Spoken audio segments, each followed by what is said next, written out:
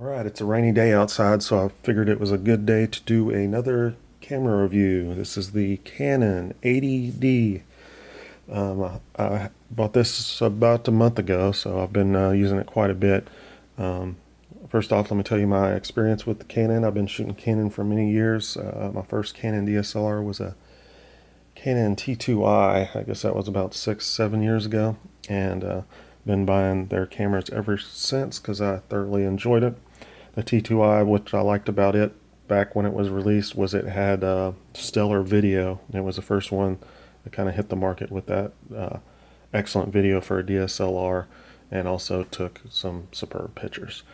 And technology has evolved and evolved and evolved. I got the T3i, the 60, the 70D, the 6D full frame, and the 5D Mark III full frame, and now I bought the 80D. Just kind of try it out.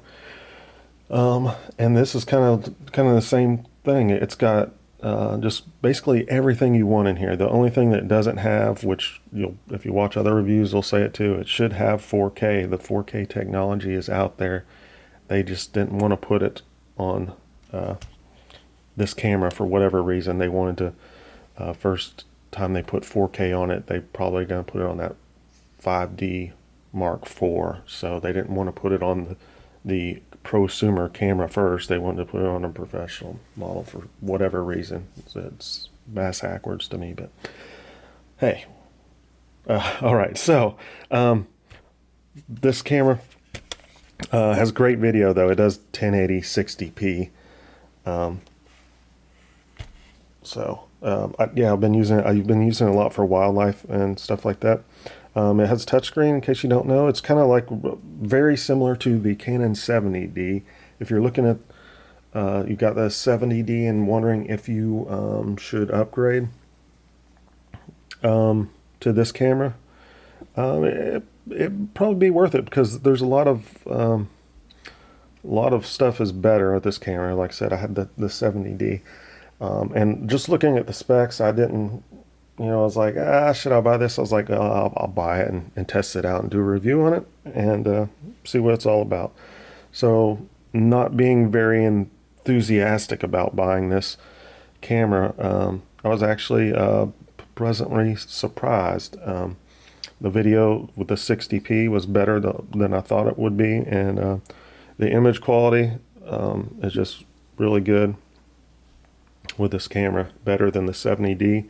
The autofocus system is one of the best I've used, actually.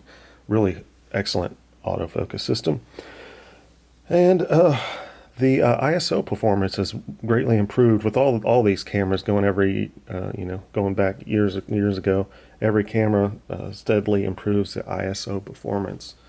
Now, this isn't the best in the market as ISO, but I did ISO tests with this, so you can subscribe, go into my channel, and you'll see Canon 80D ISO test. It's only like a minute long, but it just goes through the various ISO settings, and you'll see the different picture qualities as far as that's concerned.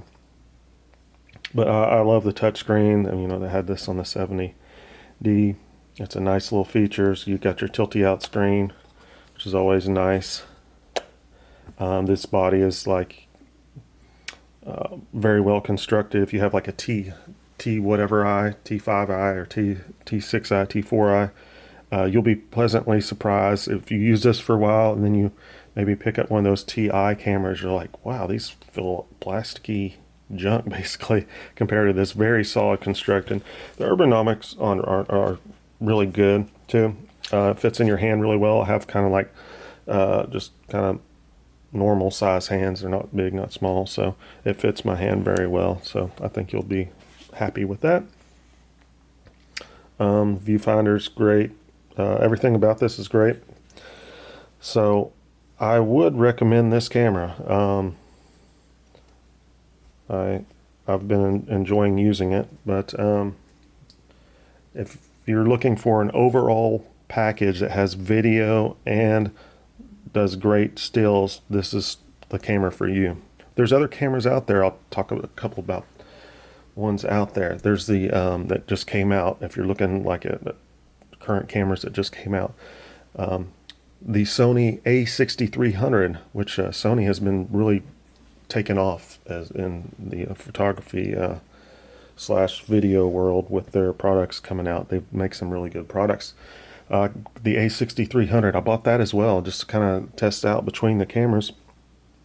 What I found out is this camera takes a lot better still images than the A6300. The focus system's better. When I was trying to focus on like something really thin, like a flower or something like that, the Sony always tried to flower stem. It had a really hard time locking onto that flower stem. This locked on every time, even with the single point. I was just doing single point on that, so it did a lot better as far as that. Image quality I thought was better with this, but the A6300, if you're doing video, man, that thing's amazing. It does 4K. Like I said, this doesn't do 4K. Actually, I'm shooting this with the A6300. So if you're wondering why, if you have subscribed and you're wondering why all my videos are in 4K now, it's because I'm using this A6300 and I love it. It does autofocus very well as far as video is concerned. So I'm pretty happy with it. So if you're looking for mainly for video, I would recommend the A6300 over this, just because it has 4K. But this does have some nice video. If you're just using video occasionally, this will be fine. It's a 1080 60p, so you get that 60p and do some slow-mos and such like that if you were wanting to. But yeah, overall, just everything packaged in, stills and video. Canon AED is the way to go. Now, there's also this being $1,200 and A6300 being $1,000, so it's like $200 cheaper. That would be a reason I would also recommend the A6300. Another camera that just came out and I just bought, and you can watch a review on it and subscribe. It's in my channel. Is a full frame, and a full frame being very affordable would be the Pentax K1. So if you don't have a lot of invested in in the Canon lineup right now, I would definitely go with that Pentax K1. It's the best camera I've ever used for stills. It is just amazing, and it's full frame. It's 36 megapixels, so it is $1,800. So it's not too much more than this $1,200 camera, and plus you get full frame. If you don't know full frame, you'll get better low light performance, ISO performance, a little bit better better image quality, a lot better image quality, because that one's 36 megapixels. And what you'll also get is your depth of field will be a little bit more shallower.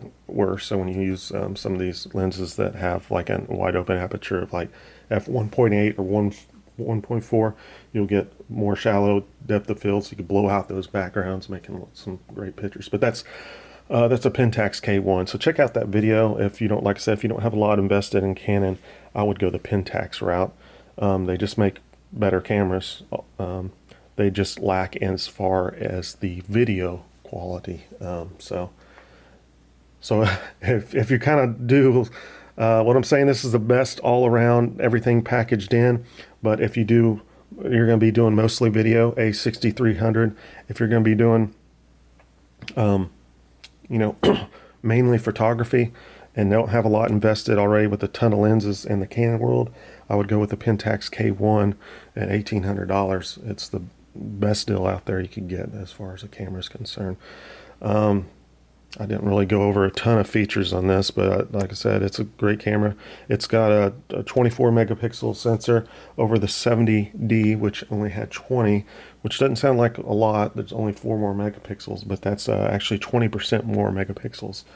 And you're thinking, well, the megapixels really don't matter that much. Well, they do if you're using this as a wildlife camera. Say you, well, let me turn it off and back on. So you're taking pictures out here and you just can't get close enough. You're doing some wildlife, and like for instance, like this picture of this snake. With previous cameras, you couldn't really zoom in and keep that quality When you get 20% more megapixels than you do of the 70D, you could crop in and post just a little bit more. So it's just handy to have that little extra megapixels. So this has better image quality, better ISO performance, better focusing system than the 70D, and yeah, I would recommend it. Let me go over for the final thing. You could ask questions below. I'm trying not to keep this too long, but I feel like I'm rambling on and on. But anyway, what is it? Should you upgrade from your current Canon camera that you have now? My recommendation: if you have a 70D, is it worth spending $1,200 on this camera? I think you should wait, because here in about 6 months, this camera will drop $200. You'll be able to find it used for probably around $800, I would guess, off eBay, $800 to $900. So a lot of times it's better to wait with these cameras if you have something close to this. Now let's say you have a T4i, T3i. Is it worth getting this camera? If you have the money, go ahead and get it. But that 70D, you can find it for $700 on eBay right now. It would be an upgrade from your T3i and T4i. It would be a huge upgrade. So something to think about there. But if you don't have a lot invested, and I would look at other cameras, because Canon just they're moving along with their technology. Just these other companies are just kind of moving faster. They're getting there faster, even though Canon's the biggest company. They own like 60% of the market. But I'll go into that in another video, so make sure and subscribe. I'm gonna actually tell you why I'm actually leaving the Canon system and going towards other systems. I'll actually be selling most of my Canon gear. So they make great cameras, but I've been using them for years, and they're just kind of falling behind as far as the technology. Just other camera makers are making better products, but Canon still makes the best all-around, all-in-one package. So I do recommend this camera, but go ahead and subscribe. This will probably be one of my last Canon videos. So anyway, thanks for watching. I know I blabbered on a lot. You can ask a question or leave a comment below, and I'll try to answer it. If I don't answer it, usually somebody else does. Yeah, thanks for watching. Subscribe. Check out my other videos, man. I got tons of Canon stuff on here, all sorts of L series reviews and all that goodness. So thanks for watching.